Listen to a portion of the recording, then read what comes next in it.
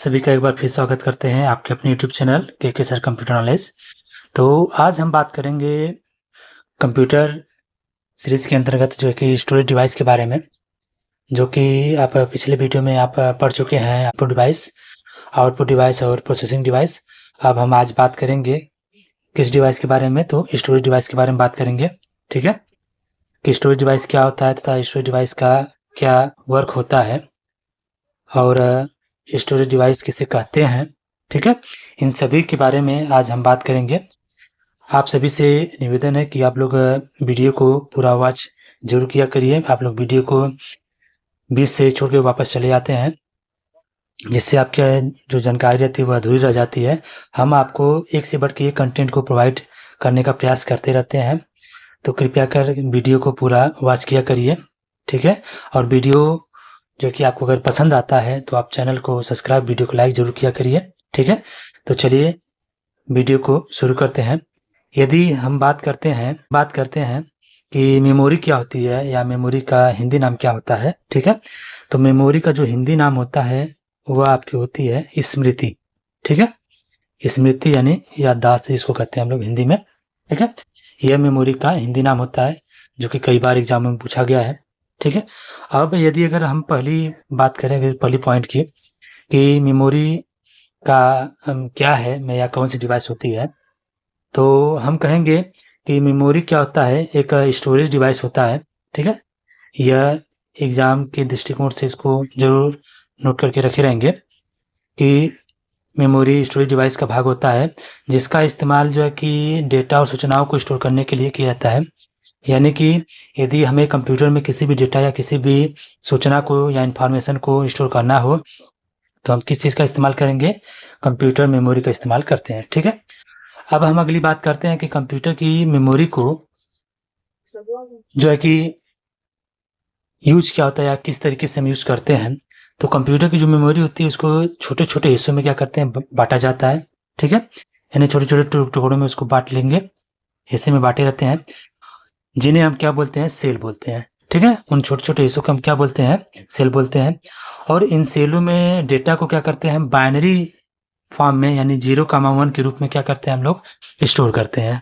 ठीक है, अब हम अगली बात करें यदि कि तो कंप्यूटर मेमोरी में क्या होता है कि जो डाटा होता है वह इनपुट और आउटपुट दोनों ही प्रकार के डेटा क्या कर सकता है? स्टोर कर सकता है। ठीक है, यानी कंप्यूटर में चाहे कोई डाटा इनपुट किया गया हो, चाहे कोई डाटा आउटपुट किया गया हो, ठीक है, उन दोनों ही प्रकार के डाटा को क्या करता है? मेमोरी जो है कि स्टोर करता है। अब आगे हम बात करें कि कंप्यूटर की मेमोरी को कितने भागों में बांटा जाता है। तो देखिए, कंप्यूटर की मेमोरी जो होती है उसको मुख्य रूप से तो वैसे 2 भागों में ही बांटा जाता है, एक प्राइमरी मेमोरी और एक सेकेंडरी मेमोरी। ठीक है, ठीक, लेकिन प्राइमरी मेमोरी के अंतर्गत ही हम जो है कि किन किन मेमोरियों का अध्ययन करेंगे। ठीक है, तो प्राइमरी मेमोरी के अंतर्गत हम क्या करते हैं कि रैम, ठीक है, और इसके बाद आपका रोम, इसके बाद इसमें हम जो है कि कैश मेमोरी, जिसको कुछ CACHE, ठीक है, कैश मेमोरी, और इसके बाद जो है कि रजिस्टर।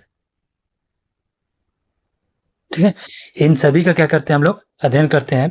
और यदि हम सेकेंडरी मेमोरी की बात करते हैं कि सेकेंडरी मेमोरी के अंतर्गत हम कैसे मेमोरी का अध्ययन करेंगे, तो प्राइमरी मेमोरी के को छोड़ करके जो मेमोरी पाई जाती हैं, जिनको हम विकल्प के तौर पे ऑप्टिकल ऑप्शन के रूप में जो है कि अगर हम यूज करते हैं, ऐसी मेमोरियों को हम क्या करते हैं? सेकेंडरी मेमोरी के अंतर्गत रखते हैं।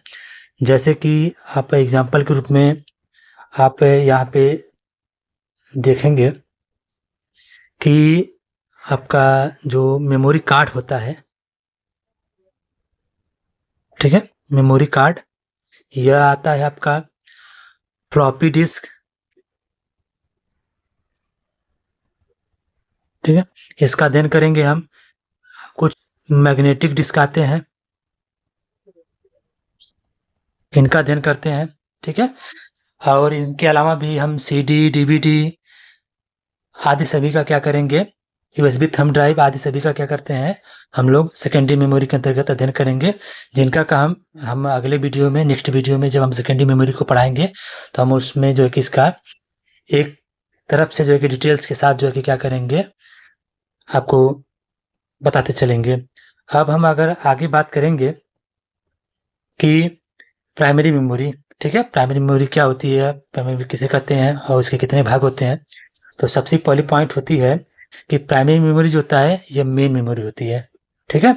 सबसे पहली पॉइंट क्या रहेगी कि प्राइमरी मेमोरी कैसी मेमोरी होती है, तो ये एक है मेन मेमोरी होती है, जो कि कई बार एग्जाम में पूछा गया है कि निम्नलिखित में से कौन सी एक मेन मेमोरी होती है।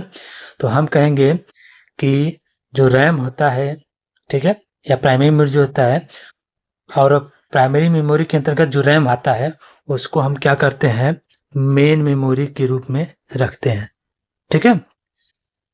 अब हम अगली पॉइंट की बात करते हैं कि सीपीयू से डायरेक्ट एक्सेस किया जा सकता है, ठीक है, यानी प्राइमरी मेमोरी को हम क्या कर सकते हैं कि प्राइमरी डायरेक्ट जो है कि हम एक्सेस कर सकते हैं, ठीक है, यानी किसी भी डाटा को यदि हमें एक्सेस करना रहे या लेना रहे तो क्या करता है कि प्राइमरी मेमोरी सीपीयू से डायरेक्ट डाटा को क्या करता है कि एक्सेस कर पाता है, ठीक है। फिर अगली पॉइंट की बात करते हैं कि प्राइमरी मेमोरी को सेमीकंडक्टर यानी अर्धचालक पदार्थ से क्या करता है बनाया जाता है, ठीक है। यह भी आपसे एग्जाम में पूछा जाता है कि प्राइमरी मेमोरी को किस मटेरियल से बनाया जाता है, तो इसका जो सही जवाब होगा कि प्राइमरी मेमोरी को सेमीकंडक्टर यानी अर्धचालक मटेरियल से बनाया जाता है। अब हम आगे नेक्स्ट बात करेंगे कि प्राइमरी मेमोरी को कितने भागों में बांटा गया है। तो प्राइमरी मेमोरी को मुख्य रूप से 2 भागों में बांटा जाता है, ठीक है, जिसमें पहला हमारा होता है रैम और दूसरा होता है हमारा रोम, ठीक है। अब यदि हम बात करें कि रैम क्या होता है, तो रैम क्या होता है उसके पहले हम यह जानेंगे कि रैम का फुल फॉर्म क्या होता है, जो कि काफ़ी ट्रिपल सी या ओ लेवल के एग्जाम में जो है कि कई बार पूछा गया है और बहुत सारे वनडे एग्जाम्स में भी यह आ जाता है। तो यदि हम बात करते हैं रैम के फुल फॉर्म की, तो इसका फुल फॉर्म होता है रैंडम एक्सेस मेमोरी, ठीक है। और दूसरा जो है हमारा रोम का फुल फॉर्म होता है रीड ओनली मेमोरी, जिनका कि हम आगे अध्ययन करेंगे। तो सबसे पहले हम बात करेंगे रैम के बारे में कि रैम क्या होता है, ठीक है। तो रैम जो होता है एक प्रकार का वोलाटाइल मेमोरी होती है, ठीक है, या इसको वोलाटाइल मेमोरी कहा जाता है।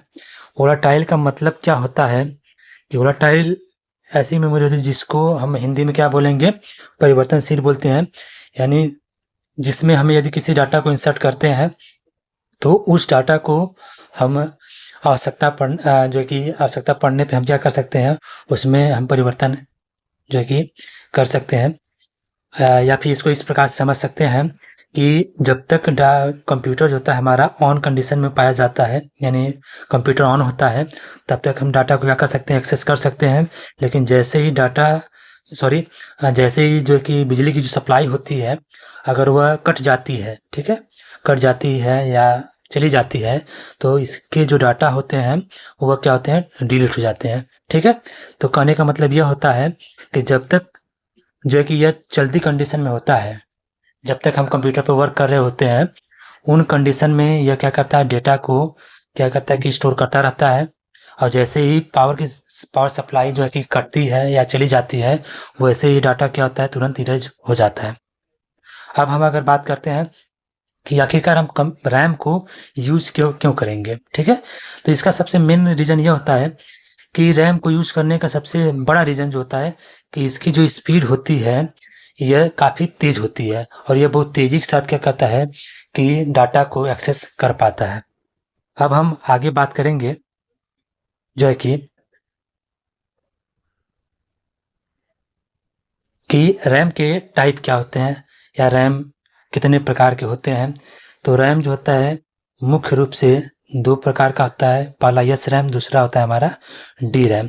अगर हम यस रैम की बात करते हैं तो यस रैम का फुल फॉर्म होता है आपका स्टैटिक रनटाइम एक्सेस मेमोरी, ठीक है। इसको आप क्या करेंगे अपने नोट कर लेंगे नोट्स पे यह काफ़ी बार एग्जाम में जो है कि यह दोनों के ही जो है कि फुल फॉर्म पूछे जाते हैं। और डी रैम का जो होता है कि डायनेमिक रैंडम एक्सेस मेमोरी। अब हम बात करते हैं कि रोम क्या होता है। तो रोम जो होता है इसका फुल फॉर्म हमने पीछे बताया हुआ है, तो अब इसलिए हम इस पे चर्चा न करके हम आगे बात करेंगे कि रोम एक प्रकार का क्या होता है, वोलाटाइल मेमोरी होता है। ठीक है, यानी यह एक तरह का नॉन वोलाटाइल मेमोरी होता है। नॉन वोलाटाइल का मतलब क्या होता है? नॉन वोलाटाइल का मतलब होता है अपरिवर्तनशील। ठीक है, अपरिवर्तनशील यानी इसका जो नेचर होता है वो कैसा होता है, अपरिवर्तनशील टाइप का होता है।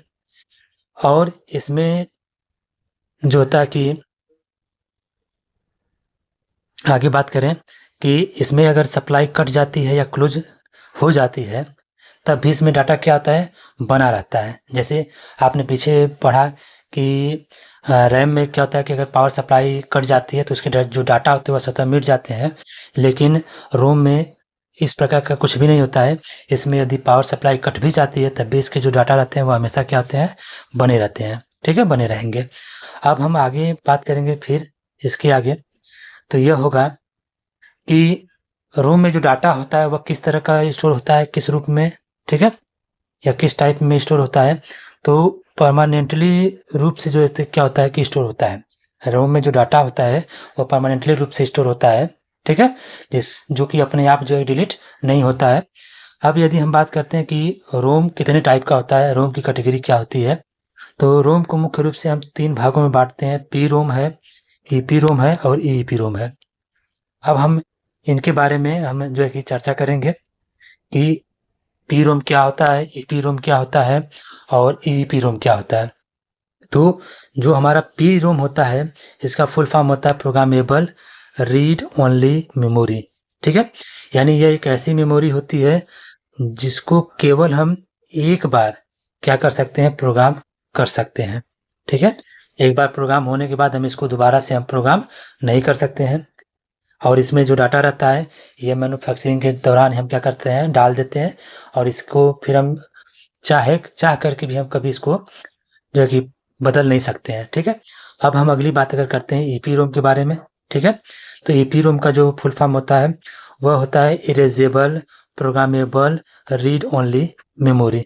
ठीक है, यानी यह एक ऐसा रोम होता है जो कि प्रोग्रामेबल तो होता ही है, लेकिन साथ ही साथ क्या होता है, यह इरेजेबल भी होता है। यानी आवश्यकता पड़ने पे यदि हम चाहें कि इसको डाटा को इरेज कर लें तो हम इरेज कर सकते हैं।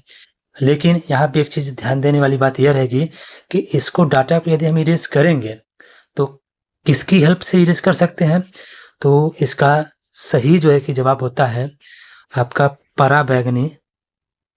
ठीक है, पराबैंगनी जो किरणें होती हैं उनकी मदद से हम क्या कर सकते हैं, इसको हम डिलीट कर सकते, मतलब इरेज कर सकते हैं। ठीक है, पराबैंगनी यानी अल्ट्रावायलेट जो रे होती हैं उनकी हेल्प से हम इसके प्रोग्राम को इरेज कर सकते हैं और फिर पुनः जो है कि हम इसको क्या कर सकते हैं, प्रोग्राम कर सकते हैं।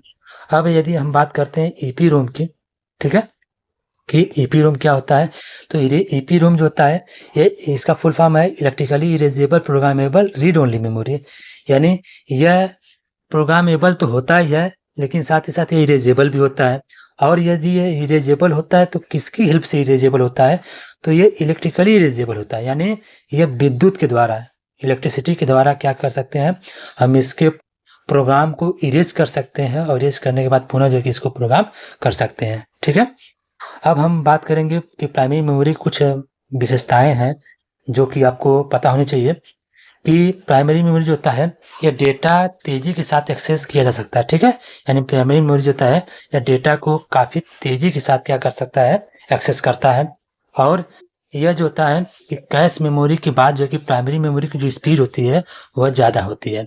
यानी प्राइमरी मेमोरी की स्पीड ज़्यादा तो होती है लेकिन कैश मेमोरी की अपेक्षा क्या होती है, कम होती है। यानी कैश मेमोरी की स्पीड सबसे ज़्यादा पाई जाती है, सर्वाधिक पाई जाती है। इस पॉइंट को आप अपने नोट कर लेंगे, ये काफ़ी इंपॉर्टेंट पॉइंट है। अब हम आगे बात करेंगे, इसका तो हम पीछे चर्चा कर चुके हैं कि यह सेमीकंडक्टर से बनाया जाता है। ठीक है, तो इसको भी याद रखे रहेंगे। अब आगे बात करेंगे प्राइमरी मेमोरी जो होती है स्थित कहाँ होती है, ठीक है। प्राइमरी मेमोरी स्थित कहाँ होती है, तो प्राइमरी मेमोरी जो होती है वह मदरबोर्ड में स्थित होती है, ठीक है। कहाँ पे स्थित होगी, तो वह मदरबोर्ड में स्थित होती है, इसकी लोकेशन मदरबोर्ड में पाई जाती है। और लास्ट इसकी जो पॉइंट होती है कि प्राइमरी मेमोरी सीधे सीपीयू के साथ जो है कि संचार करती है, यानी या डायरेक्टली जो है कि अपना जो है कि कम्युनिकेशन किससे करेगी, तो ये डायरेक्टली सीपीयू के साथ जो है कि कनेक्टेड होती है। तो इस तरह से हम आज जो है कि क्या करें, प्राइमरी मेमोरी को जाने हैं। उम्मीद करते हैं आपको जानकारी अच्छी लगी होगी। तो इसी के साथ जो है कि इस वीडियो को हम जो है कि यहीं पे क्लोज करते हैं। अब आपसे नेक्स्ट वीडियो में हम चर्चा करेंगे। धन्यवाद।